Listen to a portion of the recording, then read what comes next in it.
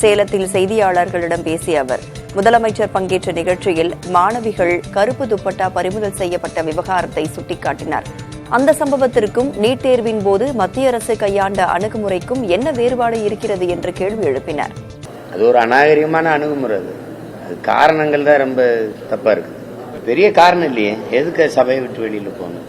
நான் என்ன என்னை பொறுத்தவரை நீங்க சட்டசபையை விட்டு வெளியில போனது தமிழ்நாட்டை விட்டே போயிடலாம். நீங்க ஒரு தேவையில்லாத ஒரு தொங்கு சதை. எவ்வளவு காலமா இந்த பிரச்சனை இருக்கு.